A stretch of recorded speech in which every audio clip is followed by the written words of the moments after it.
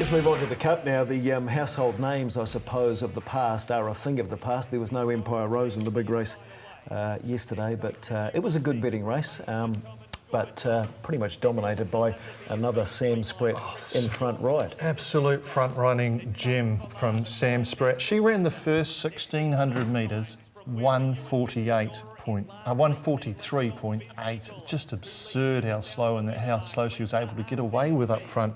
Finished it off 138 thanks to the sectionals there from Neil Davis and Form Pro. She comes home in a tick over 35 seconds in a two-mile race, so she's only come home slightly slower than Media Sensation in the 1,000 guineas. That's how easy she got it up front.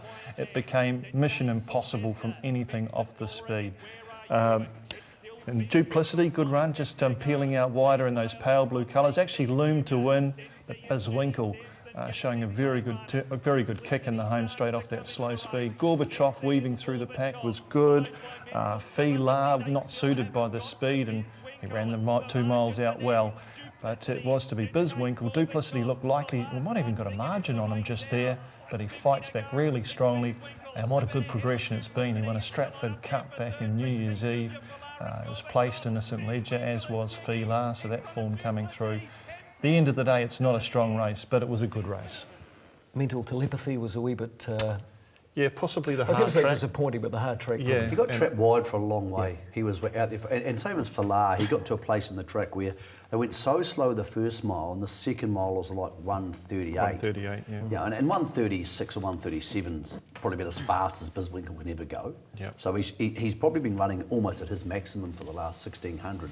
To make any ground at all, I thought Filar was all right. I think he probably needs to strengthen a touch to get a true 2 mile, but it's very easy when you see that to relate it to the brilliance of Sam's ride, and it was absolutely perfect.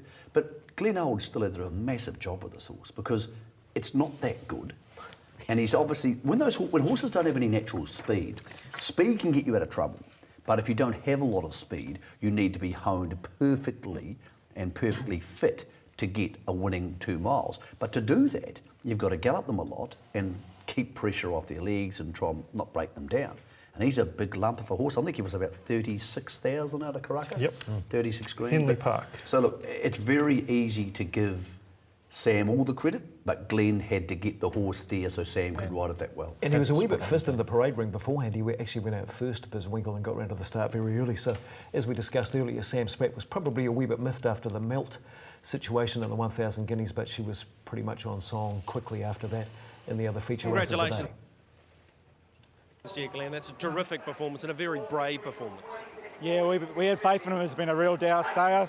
We set him for this race last March after St Ledger. Yeah, Sam rode him a treat, just got a nice soft lead, got him in his rhythm, breathing. No, just great result. Yeah, and he just kept on kicking. The owners are here. They were making plenty of noise. They still are. They're going to have a party tonight. Yeah, I think there's going to be a few drinks flowing very shortly, I think. Just like to thank all the staff at home for doing a really good job. We've been under the pump lately, short of staff. Everyone involved with the horse has been great. Yeah, look, tell me, at which stage during the run home did you think you were able to fight off and hold on the winning? After we turned for home, I could see he was still there fighting at the rhythm. I thought we'd definitely a chance running the money at the top of the straight. And as close we got to the post, I could see we were going to hold him off, yeah. And that St Ledger form well and truly stacked up, and I guess at that stage you wanted to line up in this race. Is that when the plan was hatched? Oh, that was the plan all the way, yeah. He's just a big Dow, one pacer. Yeah, congratulations to you. Cheers.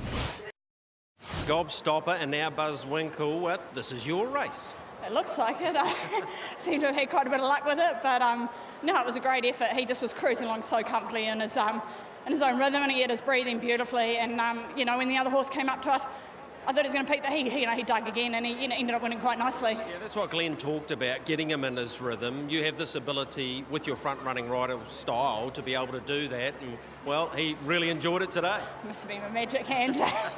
Just sweet whispers in the area.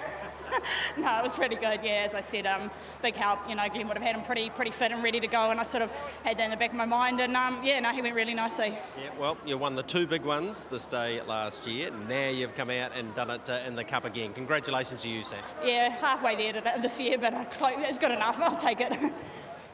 Big lump of the horse, and by the sire of possibly the week in some circumstances, Rip Van Winkle. $26 he paid to win the New Zealand Cup. It was a pretty hard race to catch all round.